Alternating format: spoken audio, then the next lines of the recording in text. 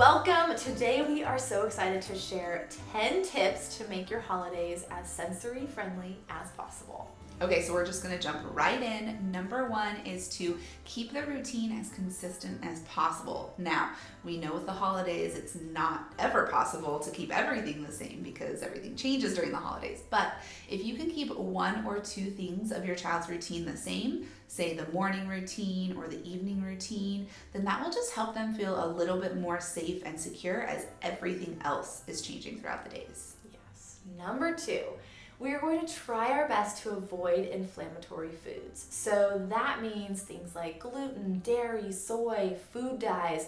Those are really inflammatory foods for our gut.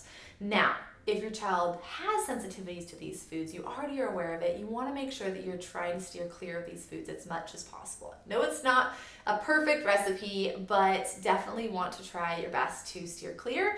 But if you aren't sure if your child has sensitivities to these foods, then try your best and see if you notice any changes in their behavior, because oftentimes these kiddos that eat these foods consistently and have these sensitivities that we might not know about, it often comes out in their behavior. So they're more agitated, they're more elevated, they have a higher arousal level, they're more excitable, or maybe they're more lethargic. We definitely see a connection between these foods and behavior. Mm-hmm. So number three is going to be to create a sensory kit that you can take everywhere with you. And it's going to include all of your child's favorite sensory tools, maybe fidgets, chew tubes, any type of weighted item that you can take with you. Maybe you have noise canceling headphones. Identify those sensory tools that your child really benefits from and enjoys using, helps them feel cool, calm, and regulated, and put those in a backpack so that you can take them in the car, to the crazy busy shopping malls, and to, all the holiday parties. Mm-hmm. All right, number four is to try to avoid positive pressure as much as possible during the holidays. I know as parents, I'm a new parent, Jessica, you're an old parent. Basically. But you have these expectations for how you want the holidays to go. Mm-hmm. And oftentimes they don't go that way. And it's challenging to kind of get those expectations to be real. So what we mean by avoid positive pressure is, let's say maybe you're having your child try a new food or a new activity that is a little bit uncomfortable for them, and you say, you can do this, you've got this, you're fine, your sister's doing it, your brother's doing it, look, they're okay. So you're being positive, which is great. We definitely want to continue that, but that positive pressure can end up becoming a negative and forcing them in to do something that they're uncomfortable with and they don't feel comfortable doing.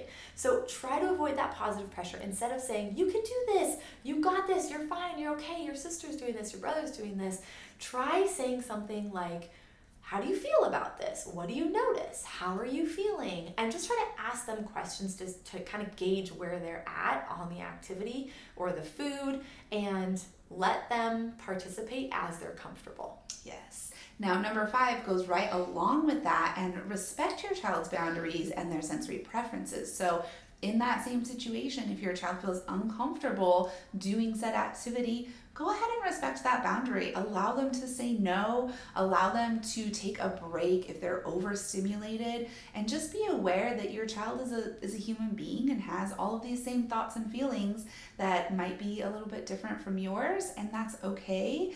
And we want to teach them that they have boundaries that need to be respected as well. Absolutely. All right, number 6, we are going to recommend that you, the adult, listen to your own sensory preferences throughout the holidays. Now, it's really important to model these self-regulation techniques as well, because kids learn by watching what we do as adults. So if you're feeling a little bit overwhelmed by, maybe you're at a gathering and it's too noisy, maybe make a small comment to your child about the fact that you're feeling a little overwhelmed, it's too noisy. So you're gonna go take a break, and you're just gonna go into the bathroom, you're going to smell the roses and blow out the candles. You're just gonna take a few deep breaths to kind of bring your body back down to a regulated feeling. Mm-hmm. Now, when they see you modeling these techniques, they're gonna learn that it's okay to be overwhelmed and overstimulated, and to be not okay. It's okay not to be okay, right? And they're going to see you taking these techniques and using them, and then they're going to start taking these techniques and using them as well, because they want to do what we want to do. And kids will do well if they can. So we just need to teach them the strategies to do that. Yep.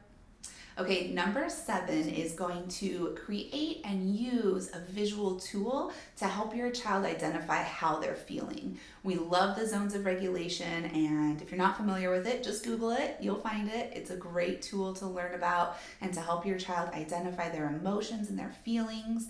And we like to use a visual stoplight that goes along with the zone. So red, yellow, and green. Red is stop because you're out of control. Yellow is you might need to slow down because you're starting to maybe get close to red. And then green, you're good to go, you're happy, you're calm, you're focused. So if you can use a visual tool like that throughout the holidays, take it with you to different places where you know your child might become overstimulated and they already know how to use it because you practiced it beforehand, then it's a great way for them to communicate with you how they're feeling. You can communicate with them what you're seeing them doing and help bring them back and use some strategies afterwards. So going along with that is we are going to create a visual schedule to help the child recognize what's expected throughout the day, to help focus on flexible thinking and realize that things change and that's okay.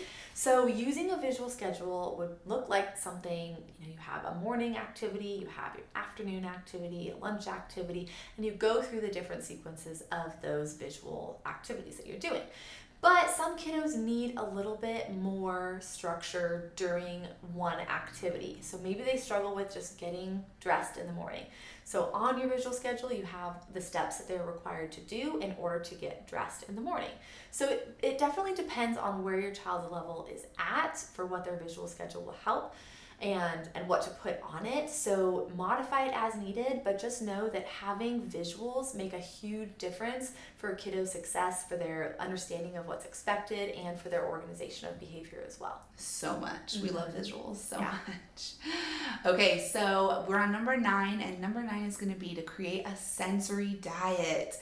We talk about sensory diets all the time. If you're not familiar with them, that's okay. We do have a free sensory diet webinar that you can check out, and that will kind of goes through what sensory diets are, how to know if you need one, and how to create them. But especially during the holidays, when the routine is thrown off and you're trying all these new things, your child's in these new environments, creating a sensory diet and completing that sensory diet before going to a holiday party or before going Christmas shopping can be so helpful to help your child organize their nervous system and feel more calm and organized. And then also doing the sensory diet after you get home is also very helpful. So we always recommend sensory diets, especially during the holidays. Absolutely. I love it. I love sensory diets. And I love that we all have sensory systems and we can all benefit from sensory diets as well.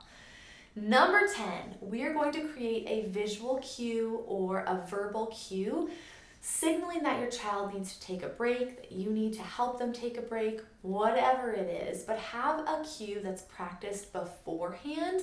Maybe it's just a tap on the shoulder, maybe it's just a sign language gesture or a word like pickles, something that your child knows, and it's kind of a quick reset button. So if you give them that cue, you guys know that you're going to go into your sensory corner and take a little break. If you're out somewhere, you don't have a sensory corner, you're going to go together, or the child's going to go and take a couple of deep breaths, splash some water on their face, hit that reset button to avoid having a meltdown.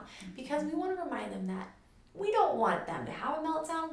They don't want to have a meltdown. We're all in this together. And if we can kind of avoid that overstimulation before it happens by taking a break from the moment that's challenging, then we are going to be a little bit more successful in the long run. Hopefully a lot more successful, but the goal is to help these kiddos feel calm, cool, and collected in their own skin. And taking a break is a great way to do that. Okay, there's our 10 sensory tips for the holidays. Hopefully these were helpful. Hopefully you can try some of them and use them. We always want to remind you that consistency is key, that you need to try these strategies more than once in order for them to be effective. And also it takes a little bit of trial and error to figure out what works for your child. We'd love to see these activities in action. So send us a DM on Instagram at All Things Sensory Podcast or at Harkla_family. Tag us in your videos and your pictures of you using these techniques so we can share with the world that these are helping kiddos feel their best. And we want to make the holidays as sensory friendly as possible for everyone. This includes parents as well. Okay, happy holidays. Yes.